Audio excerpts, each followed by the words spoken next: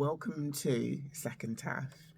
And the last one I shared about was what was going on in between I shared about how Rebecca went to Boulogne, and that's where a lot of the situation changed completely. She just felt distant from her friends because of what happened. And then last time I put a video out or podcast out, I shared about what was going on sort of like in between in her personal life, how her older sister was engaged and then planning on getting married, even though her parents didn't really want her to there at that specific time, because she had just started training to become a nurse. So I went sort of through that, and the wedding, how, what happened at the wedding and so on and so forth. So, but coming back to Rebecca, basically when that incident happened in Boulogne, whereby she felt really distant from her friends, and then she had the incident when she came back to London, what happened, how she did something to try and make herself be in a situation where she couldn't go to school, but didn't quite work out that way, and thank goodness it didn't. The summer holidays commenced, I've put in June, but I'm sure they commenced in July, but then again, maybe they might have been June. So much of Rebecca's time was spent alone. And although the family went away on holiday to Devon in the second week of August, Mr. Barker had bought a brand new silver car in time for the journey. So I'm reading from the first part of A Sacrifice of a Lifetime. And this is the thing I liked about my dad. I remember it happened on 2 occasions where we went away on a holiday. And I remember him buying a brand new car. And I remember getting into this car with a plastic over it and the smell of a new car. And from that moment onwards, you have this. And I remember it caused a little bit of attention because obviously it was the newest car, right? Brand new. And I remember growing up with this, because it happened again. I'm sure we went on holiday again, like a couple of years later, and he got another car, another brand new car. But I remember this silver one anyway, and I'm sure he did. Maybe he'd given one to my mum. I can't remember, but I'm sure it happened twice. But as I grew up, I remember sort of saying at the age of about 17, 18, when I started driving lessons, that I really want a really nice electric blue sports car, thinking it was easy. It was the easy thing to get because I was used to sort of seeing my dad get this brand new car just before we went on holiday with the cover on it, with the plastic on it, thinking, yeah, and that was my standard of like, yeah, I'm going to get a brand new electric sports car. That's how I was thinking, not realizing actually these things do cost money, and you do need to sort of like sort of have some money behind you to get these things. So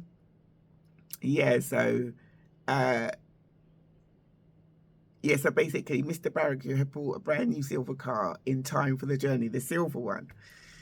So the week went well. The weather was warm and sunny, and the day trips to the villages and beaches were a delight. It was most exciting driving around in a new car. That's what I remember, a new car. So everyone could see by the registration mark that it was a brand new model, and some of the plastic protection was still on the back of the seats. So Rebecca and Jack helped peel it off. Bernice sat quietly in the corner and gazed out of the window. I'm sort of thinking, I don't think I've got a lot of time, for this video, but I'll do as much as I can, and then I'll have to do part 2. I don't have enough space. I've just realised that. Yeah, so everyone can see the registration mark. So I've just read that. So this was the second holiday without Janice, because she was now married, and the year before felt she had outgrown the family and the holidays. After much debate, her parents had decided to let her stay at home. I remember that particularly, she didn't want to go on holiday. She wanted to stay at home. She was sort of saying, oh, we just go to the same place, or we just do the same things, and so on and so forth. But with me, it was a really exciting thing to get out of London. Do you know what I mean? And although we didn't really do much together as a family, we were together. you know, and it was just a privilege to be able to go on these trips. So I was like really delighted that we could go away. So the following year, Jack pulled the same stunt. He thought because he was a boy, even though he was only 14, he would be allowed to stay at home. But Mr. Mbarak refused to let him go. He's only 14, no. So previous holidays had not been exactly exciting for the children because they had just gone on the day trips to different beaches, going on holiday, and the packing and the travelling that were more exciting than the actual holiday, which was usually very quiet and even boring for the young ones, especially as there was no strong family atmosphere, which is a shame. Um, so Mr. and Mrs. Barracu, however, totally enjoyed the holidays. They just enjoyed being away from London, being surrounded by such beautiful scenery and breathing in the fresh air. The children did not fully enjoy one another's company and would have preferred to be with their friends. Basically, I think when you're young, you just don't appreciate things. The fact that my parents went out their way to spend, we used to go away on 2 holidays. It used to be one in the second week of August and then one sort of like the end of August or the week before the end of August, before, you know. And I enjoy, you know, I think they weren't that exciting, but looking back, I feel like we were blessed to have parents that wanted to do that. And we were together. I mean, it was my mum and my dad and the siblings. It was a blessing. And I just think that we just took it for granted. But years later, you appreciate it. I find that I love travelling around the UK. A lot of people sort of say, oh, you know, staycation and that sort of thing. And it's like, I actually totally enjoy being in the UK. Love it. Holidays in the UK, love it. Because of what my parents did for us, how they made us. We used to go to Wales, Devon, Yorkshire, and you know, and it's only when you're older you sort of then look back and appreciate what they did, you know, because I've taken my children around the UK and they have enjoyed it. We haven't gone to Wales or Devon, but we've gone to the beaches and what have you, and so on and so forth. Yeah. Anyway, the 6 weeks holiday came to an end, which meant that Rebecca was now within the senior confinement of the education system. Her school uniform had been predominantly black, yeah, so yeah, the blouse was white, an open neck, and the cardigan long, smart, complemented her thick, round black buttons, leaving the cardigan open, exposed the outline of her bust through her new blouse. She wore a stylish pair of navy blue shoes with a small heel, giving her legs a more womanly look.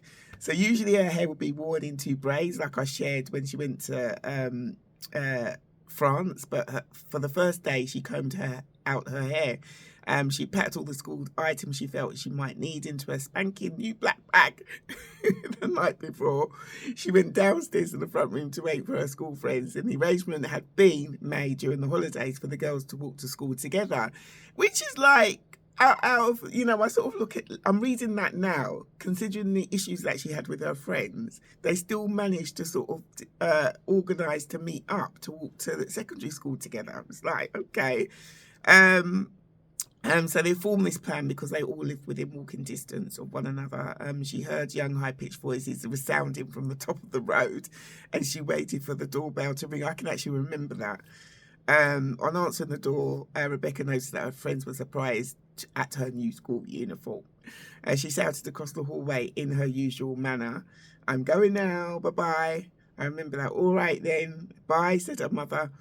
And the girls headed towards their new senior school, which was not far away. And they walked briskly, chatting about the school holidays. Nothing spectacular happened. Rebecca's friends had an eventful holiday, although one girl had a date which led to a kiss with a particular boy. This caused much excitement, speculation in the other girls, while Denise and Amy spoke about the encounters with the opposite sex. Rebecca listened, less intrigued than the other girls, but keeping an open ear as she kept up with her friends until they were in eye's view of the school. Rebecca's breathing deepened and her heartbeat quickened. She was now entering a new school, which would open up different dimensions for her future. The thought of being surrounded by new people brought on a sudden insecurity, how would they react towards her? Would they be like the other girls and laugh at her secretly? Would the older girls or girls in her year or even in her class mock her silently and scorn her?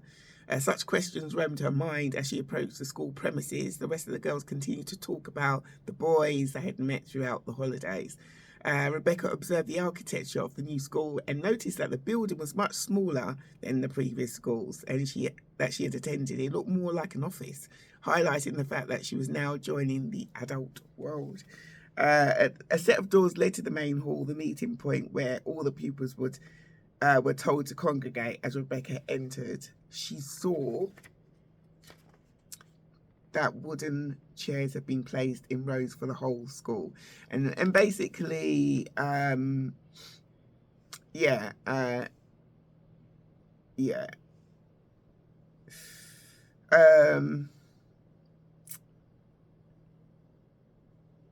I remember that going to the hall and all the chairs were there, and then I think we had to wait to be called to our classes. Yes, because the hall slowly began to fill with pupils from different years. The head teacher walked onto the stage, followed by 4 other colleagues who sat down, and the headmistress placed her notes on the wooden table in front of the microphone before speaking, and so on and so forth. And basically, what happened was, I think we were called class by class, and Rebecca begins to notice that she's actually been separated from her friends. And the teachers must have done this on purpose, which to Rebecca was to her liking. So now she was in a class where she didn't really know anyone. And at break time, maybe she met up with them. I should read a little bit more into it. But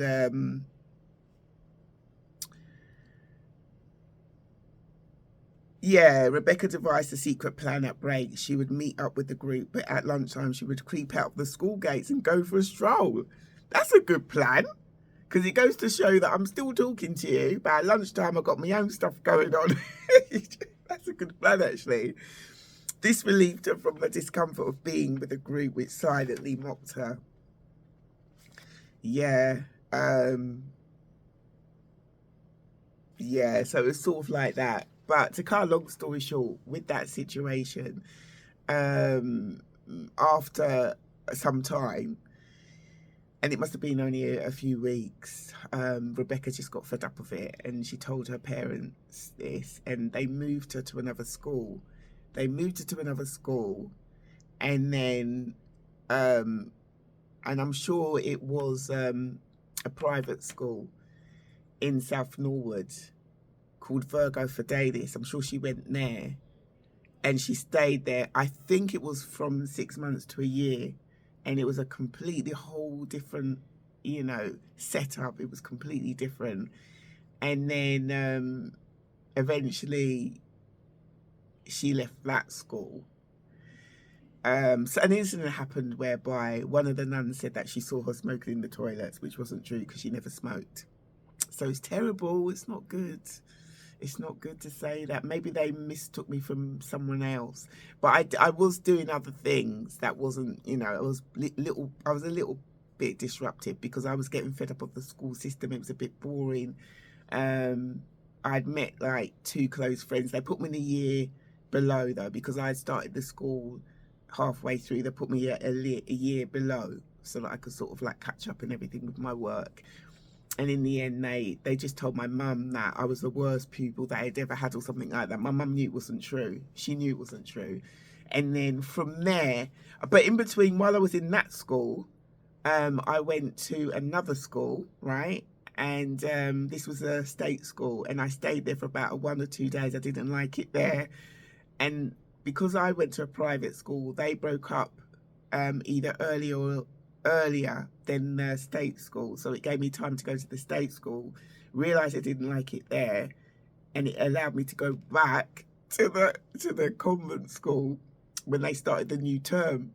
And I remember going back, and on the Monday morning queuing up to go out for break, and then as it came to myself, one of the nuns said, "Nice to see you back." And I never knew what she meant. It took me time to understand that they must have realised that I had actually decided to leave the school, go to another school, and then come back. It took me time to understand that. Cut a long story short, in the end, I had to leave the convent school because they were sort of didn't want me there because of that episode, which wasn't really true. I didn't smoke, and so on and so forth. Anyway, so my parents found me another a private college in Sutton, and it was a private college for pupils from the age of I think it was 15 to 24. So I went there and I stayed there for 2 years. And I had a few issues there, and I'll talk about that in another podcast, or I could actually talk about it. And I've got a little bit of time. I thought I didn't have as much time. What I was finding was each school I went to, I was still having the same problem of maybe someone doing something behind my back and making me feel uncomfortable and so on and so forth. When I went to the private college, it was better because it was mixed, and I found I actually enjoyed being around a mixed group, boys and girls. I enjoyed that. But I did feel as though certain things still were being done behind my back, which they were. And, there were times that I had to walk out and I was a bit upset and so on and so forth. I think it is actually, I think that bit's in the second part of the book. I'm not sure. But I'll read a little bit more, but I'm just sort of like going into, I think I've gone too far ahead. And probably what I'll do is I'll go back a bit in the next podcast to share a little bit about how I felt in the convent and so on and so forth, because I feel it is relevant. But what I found was that, like I say, each different school I went to, and eventually college, it was more or less the same thing was occurring until I came to the point where I knew I couldn't keep changing and going to different schools or colleges because it was the same issue. So I needed to figure out how I was going to sort the issue out. Yeah, I came to that. I had to work that out for myself. At that age, I was round about maybe 15, 16. And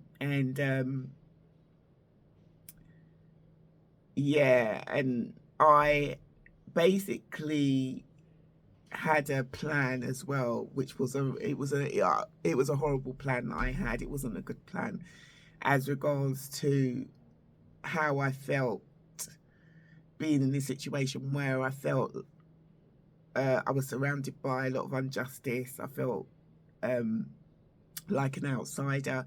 I felt like I didn't, outside, obviously, I felt like I didn't belong, even though I did always manage to have a few friends and I had a good sense of humour, made people laugh. Deep down, I was unhappy. I felt better sort of when college had finished and I could have that stroll going home, or at lunchtime, especially on a Monday at lunchtime. I remember going to Sutton High Street and I used to buy like 2 albums a week because I wanted to be a DJ. Yeah. All sorts of things like that. So, I mean, looking back, it's like, whoa, I really do feel like, that's what I'm sort of saying. If you know anybody who is going through a situation where they feel like they're an outsider, they feel like they're being treated differently, they feel like they don't feel part of a group, or they just feel different, they're feeling a little bit unhappy about their surroundings and what's happening around them, try and encourage them, because everything that I went through, I look back and I'm grateful for it because it's made me who I am today. I feel like I don't have to how can I like my own company, right? I like my own company, but there was a stage, and I'll share about it, where I didn't, and it was horrible. That's further on, and I'll explain why later on when it's going to get more personal, and this is where the judgment's coming from people. People start judging me from this moment onwards, right? But it's mainly when I'm 21, that's where the judgment takes place. That's why I'm slowly getting into the book, so you can understand the character Rebecca more before I get to that point. So you understand her more. All right, so please bear with me. And I hope that you're enjoying the video. It's not too long-winded. But it's important for me to share. It just really is important. And those that really... The way that I look at it is some people will watch the video with interest and some people won't. It's like, you know, when you watch a drama, or not a drama, yeah, a drama or a soap, you get to love the characters, don't you? Because you understand the characters. Sometimes and eventually you get to know about the background of the characters. It's that sort of thing. I want you to know, understand and know Rebecca before we get to that stage. So those that really do care about what I'm talking about and either can relate to it or they're interested in it will listen. Because I'm not going to get to the point where the bit that people judge me on, everybody's interested in that, but they weren't interested in what happened before or after. Because people may come up with the same conclusion. So those that are really interested in what I'm saying will continue to watch and listen, and they'll be able to understand when I get to the point of the judgment that people made towards me. They'll be able to understand it. And those that don't, that's fine. As like, all I know is, at least I've done the podcast. I've done the podcast, and you know, it's there for people to watch and to understand. And so when the book actually does come out, if people want to make their assumptions, they can make it. But I've done the podcast to back up the story, even though I don't really have to. And also, I'm sure I'll be interviewed about it in the future, and I'll be able to, you know, talk about it then as well. But I'm just looking after my character, and I'm looking after the book, because I feel like there's a lot of people who've been in the situation as Rebecca's been in and been judged in the same way. All right. So I feel like it's not only about me, it's also about others. It's about other people as well. You know, even with what she's going through now, a lot of people have gone through this. Some people have come out tops and they've been grown up to be successful, and others unfortunately haven't, and it's really, really affected their lives. It really, really has. And that's another reason why I'm sharing, to say that if you know anybody that's going through something like that, or if you're going through it, you know, hold on, because I look back and I'm grateful for it, because it's made me who I am today. And I feel as though, like I say, I do like my own company, but I also like the company of others. I'm very sociable, but I also like my own space. You know, there needs to be a balance. You know, you get some people that are very, very needy. They always have to be around people, you know, and they always have to be praised by the people. They always have to be uplifted by the people. And some people are like, they always, it's just, I don't know, and they don't know how to socialize properly. They're very, very clingy. Do you know what I mean? And with me, it's like, no, I'm very, very sociable. I can mix in with different people from different backgrounds. I can talk about different things, because as regards to what I've been talking about now, I feel like what I went through is going to help a lot of people as I share and project what I'm talking about, and I put it out there more. I feel it's going to help a lot of people. But if I hadn't gone through it, then I wouldn't be able to relate to it. I wouldn't be able to talk about it. I wouldn't be able to be the help that I feel that I am or can be now and in the future. So like I say, if you are going through it, something like this, or you know anyone that is going through it, encourage them to help them see that it's like a stepping stone. It's like to move you forward, you know, and who knows what good fruit is going to come from it if you hold on and understand it's just a phase that you're going through, and that hopefully it will strengthen you or whoever's going through it, so you'll be able to cope with things a lot easier in the future, and also you'll be able to help other people that are going through similar or the same thing. Yeah, hopefully, you know, I've expressed myself in such a way that you can understand what I'm saying. You know, sometimes when we go through things, we think this is it. But unfortunately, I mean, you do get adults as well that do go through bullying as well. But I can also relate to that. That comes in the future. I'm telling you. And so, as you get older and you mature, you begin to see that the people that are doing it, it's related to insecurity. It's related to insecurity. It's related to insecurity. It's related to a little bit of jealousy. You know, sometimes people can see things in you and that maybe you don't even know, right? And it's a positive thing they can see in you, and they sort of wish that they could be like that. And because they're not like that, they respond in the wrong way because they don't like it. I think I've even come across somebody who, they stood out and there was something about them that was quite, you know, unique or something. I felt a little bit away, but I recognised it and I said, no, let me work on that insecurity. Let me work on my insecurity because I don't want to have to be around people that if I can see something that's quite unique and different and stands out, it's quite authentic, and then I'm reacting in the wrong way. No, let me work on it.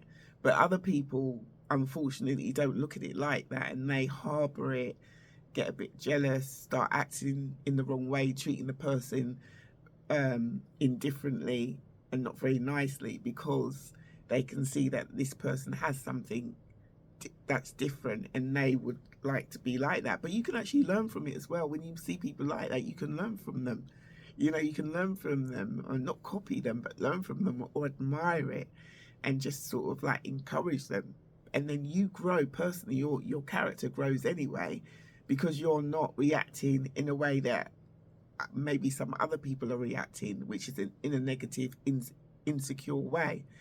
Yeah, anyway, that's all I'm going to share with you today. But hopefully that's encouraged you and inspired you. And yeah, so what I'll do with my other podcasts, I'll sort of reflect more on what I've spoken about today, just a little bit. As we go, because what I did was I flicked through the pages and I didn't think I was going to get so far ahead because I've sort of got from secondary school and I've sort of introduced college. But the reason I did that was for you to see there was a pattern of me not being happy here, moving on here, not being happy here, moving on here, not being happy here, moving on here, realising it was a cycle. And if there's a cycle and it's the same cycle, you've got to look at the situation, and sometimes you have to look at yourself and figure out, why is this same thing happening over and over again? You know, surely there's something that I can do to make changes, surely, you know. And yeah, that's where Rebecca came to that decision that she did need to make changes. She needed to toughen up a bit, even though she still did feel at times isolated and upset, but you know, she still needed to come to terms with the fact that she couldn't keep on moving on from stage to stage, from different school to different school, and so on and so forth. So I hope that's been helpful to you and interesting, and I'll continue, you know, sharing a little bit more of A Sacrifice of a Lifetime in my next podcast. Normally I like to start and share something that's happened in the week and then move on to the story. But the reason why I went straight into the book was because it's bank holiday today, and I've decided to do an extra one so that I'm sort of like a little bit ahead, if you know what I mean. So I've got an extra podcast there just in case, you know. So if you want to follow me online, you can on Instagram. I'm Roslyn1325. I'm on Facebook as Roslyn Roberts. X, formerly known as Twitter, at author_RR Roberts, and also on YouTube, Welcome Roslyn Roberts, and Studio YouTube, where I'm doing the podcast as well. Take care. Speak to you soon. Bye bye.